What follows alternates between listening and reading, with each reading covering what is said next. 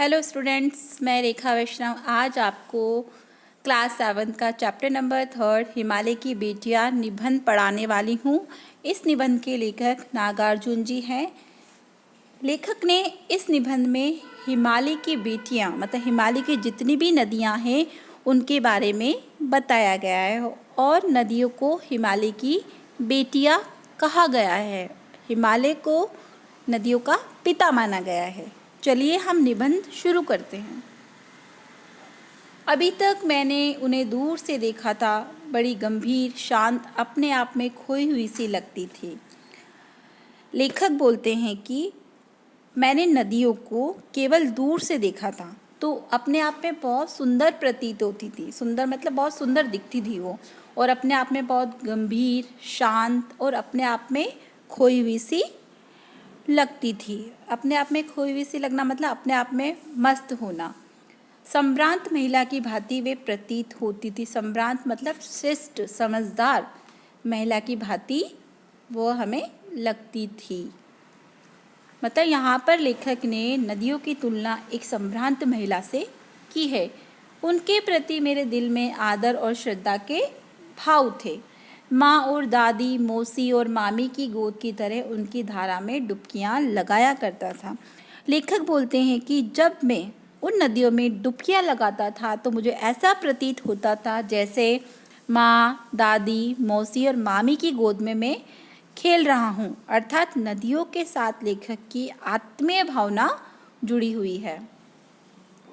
सतलुज समतल मैदान में उतरकर विशाल कैसे हो जाती है। इनका उछलना और कूदना, खिलखिलाकर लगातार हंसते जाना, इनकी ये भाव भंगी, इनका ये उल्लास कहाँ गायब हो जाता है मैदान में जाकर।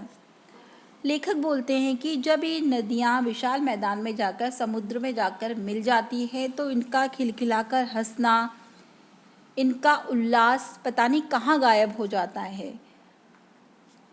लेखक बोलते हैं कि किसी लड़की को जब मैं देखता हूँ या किसी कली पर जब मेरा ध्यान अटक जाता है तब भी इनका कौतूहल और विस्मय नहीं होता जितना कि इन बेटियों की बाल लीला देखकर। लेखक बोलते हैं कि जब मैं किसी लड़की को देखता हूँ या किसी कली पर मेरा ध्यान जाता है तब भी मुझे इतना कौतूहल मतलब जिज्ञासा, जानने की इच्छा, विस्मय मतलब आश्चर्य नहीं होता जब मैं इन नदियों की बाल लीला देखता हूँ। मतलब कवि कहना चाहते हैं कि जब ये विशाल मैदानों में जाकर उतर जाती है तो इनका खिलखिलाना, इनका हंसना एकदम बंद हो जाता है, ये एकदम शांत हो जाती है। और जैसे ये पहाड़ों और घाटियों के बीच में से निकलती है तो ये खिलखिलाकर हंसती है, एक उचित वेग के साथ शोर करती हुई वहाँ से निकलती है। कहाँ ये भागी जा रही है, वो कौन लक्ष्य है जिसने इन्हें बेचैन कर रखा है। अपने महान पिता का विराट प्रेम पाकर भी अगर इनका हृदय अतृप्त ही है तो वो कौन होगा जो इनकी प्यास मिटा सकेगा। बर्फ जली नंगी पहाड़ियाँ, छोटे छोटे पौधों से भरी घाटियाँ, बंधुर अद्वितकाएँ, सरसब्ज उपत्यकाएँ, ऐसा है इनका लीला निकेतन। खेलते खेलते जब ये ज़रा दूर निकल जाती हैं तो देवदार, चीड़, सरोज, चिनार, सफ़ेदा, केल के जंगलों में पहुंचकर शायद इन्हें बीती बातें याद करने का मौका मिल जाता है। कौन जाने बुढ़ा हिमालय अपनी इन नटखट बेटियों के लिए कितना सिर धुनता होगा। बड़ी बड़ी चोटियों से जाकर पूछिए तो उत्तर में विराट मौन के सिवाय उनके पास और रखा ही क्या है। लेखक बोलते हैं कि निरंतर शांत स्वरूप में आगे बढ़ती नदियों का लक्ष्य क्या है। ये किससे मिलने की चाह में आगे बढ़ती जा रही है।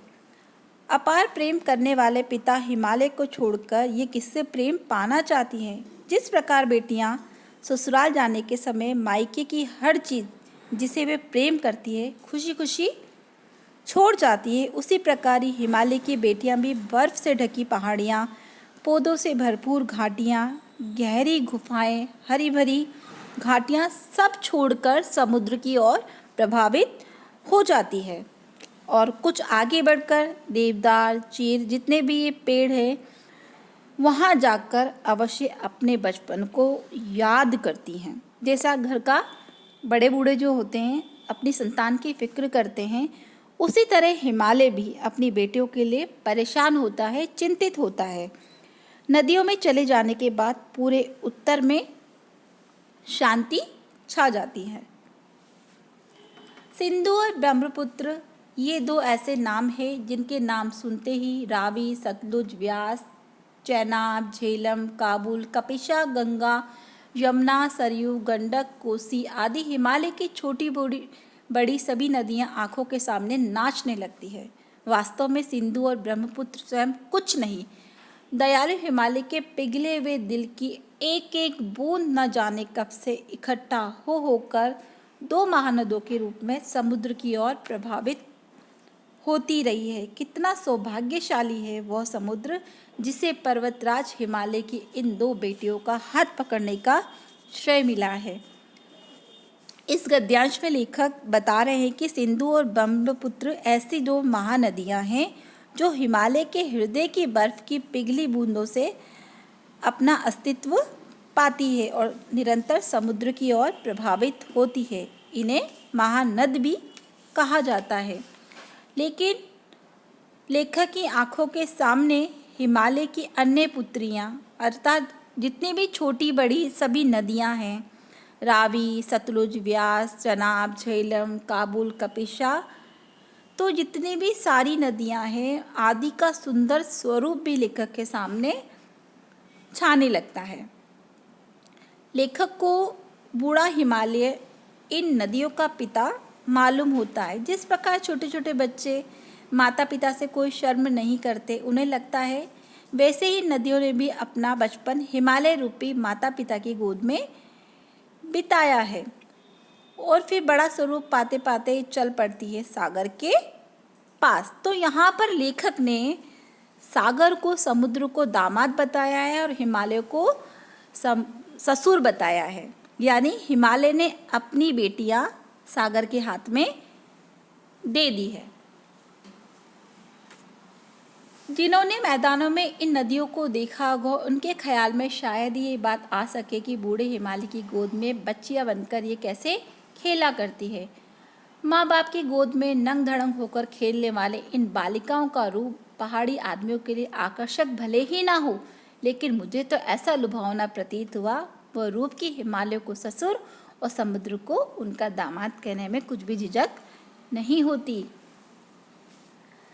कालिदास के विरही पक्ष ने अपने मेघदूत से कहा था, वेत्रवती बेतवा नदी को प्रेम का प्रतिदान देते जाना, तुम्हारी वह प्रेयसी तुम्हें पाकर अवश्य ही प्रसन्न होगी।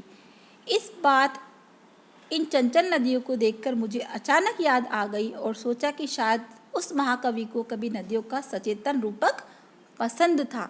दरअसल जो भी कोई नदियों को पहाड़ी घाटियों और समतल आंगन के मैदानों में जुदा जुदा शक्लों में देखेगा, वह इसी नतीजे पर पहुँचेगा। इस गद्यांश में लेखक ने बताया है कि एक बार कालिदास के विरही यक्ष ने मेघदूत कौन, बादल से कहा था कि तुम वेत्रवती नदी को प्रेम का संदेश अवश्य देना, क्योंकि वो तुम्हें प्रेम करती है और तुम्हें पाकर अवश्य प्रसन्न होगी। लेखक को लगता है कि महाकवि को भी नदियों का जीवंत और सजीव रूप पसंद था।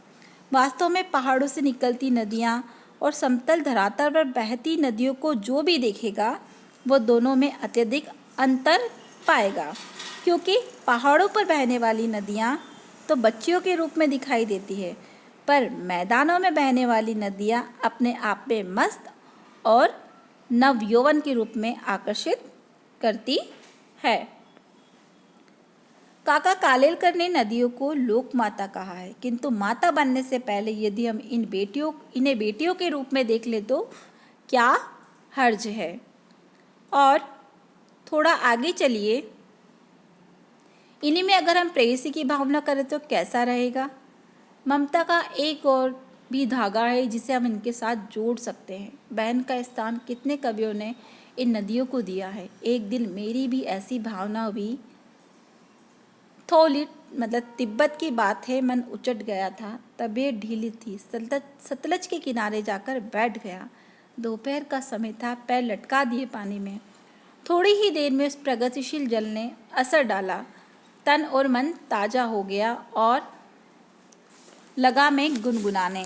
इस गद्यांश में लेखक ने नदियों के विभिन्न रूप के बारे में बताया है। काका कालेलकर ने नदियों को लोक माता कहा है, क्योंकि जो नदियां हैं वो सभी का कल्याण करने वाली है। और कुछ कवियों ने इसे प्रेमिका भी माना है, और कुछ कवियों ने इन नदियों को बहन का स्थान दिया है। एक दिन लेखक का मन बहुत परेशान था और वो तिब्बत में सतलुज नदी के किनारे पर जाकर बैठ गया और उसने नदी में अपने पाँव लटका दिए। और उसका जैसे ही उसने नदी के अंदर पैर डाले, उसका मन ताज़ा सा प्रतीत होने लगा और लेखक कह उठा। लेखक के मन में कुछ लाइनें वो गुनगुनाने लगा। जय हो सतलज बहन तुम्हारी, लीला अचरज बहन तुम्हारी, हुआ मुदित मन हटा खुमारी, जाऊँ मैं तुम पर बलिहारी, तुम बेटी ये बाप हिमालय, चिंतित पर चुपचाप हिमालय। प्रगति नदी के चित्रित पट पर अनुपम अद्भुत छाप हिमालय, जय हो सतलज बहन तुम्हारी। तो लेखक के मन में ये लाइनें उमड़ने लगी। इस लेखक कहने लगा कि जय हो सतलज बहन तुम्हारी, कि है सतलज बहन तुम्हारी जय हो, तुम्हारा स्वरूप बहुत प्रिय है, तुम तो हृदय प्रसन्न हो और तुम्हें देखते ही जो सारी खुमारी है, खुमारी मतलब जो आलस्य है वो दूर हो गया है। मैं तुम पर बलिहारी चाहता हूँ। तुम पुत्री हो और हिमालय तुम्हारा पिता है। पिता हिमालय चुपचाप रहकर भी तुम्हारे लिए चिंतित है, परेशान है। प्रकृति तो नर्तकी के समान है। इस प्रकृति के प्रांगण में मतलब आंगन में हिमालय अपनी अद्भुत और अनुपम छटा बिखेर रहा है। हे सतलज नदी तुम्हारी जय हो।